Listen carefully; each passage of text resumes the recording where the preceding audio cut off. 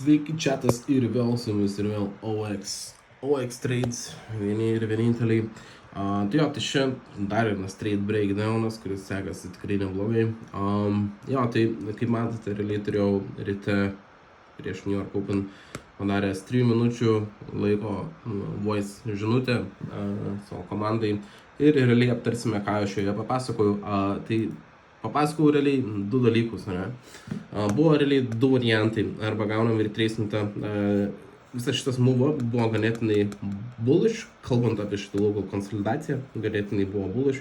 Ir buvo du dalykai, arba mes retreisinam dar šiek tiek žemiau ir paimam longus iki aukštesnių kainų, arba nepaimam tų longų, pahitinam $122 500 ir dumpinam, ne? Tai realiai pabandysiu labai trumpai paaiškinti, kas įvyko. Kas seka kripto rinką, tai turbūt ir patys žinote, ne?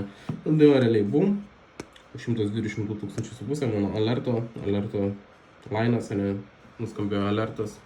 Ok, šiaip patį topą pramazinau, nespėjau, gal biškai nervavausi, galvojau, kad nespėsiu, bet tiesiog projekcija kokia toliau buvo, ne, kad krisime žymiai žemiau, jeigu kalbėtume apie WXYXZ, bet krentam žymiai dar žemiau negu aš tikėjausi, bet jo, tai po to kitas mano update'as buvo, ok, jeigu mes gaunam retrace'ą į Golden Pocket'ą, O5 FIBA, ne, iš pusės suinteresuotas paimti longą, ne, shortą tai yra, shortą,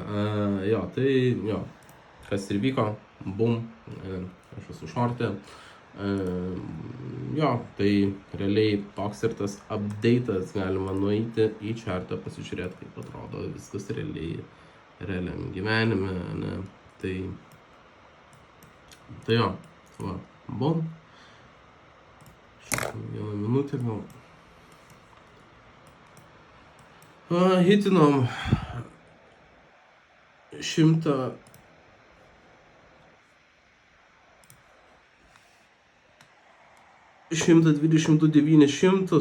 490 ir gavom labai tokį galimai impulsinį move down, tada gavom retracementą, kurio ir pasinaudojau entrinti į shortą, stop lossas virš high, ir the rest is history, I guess.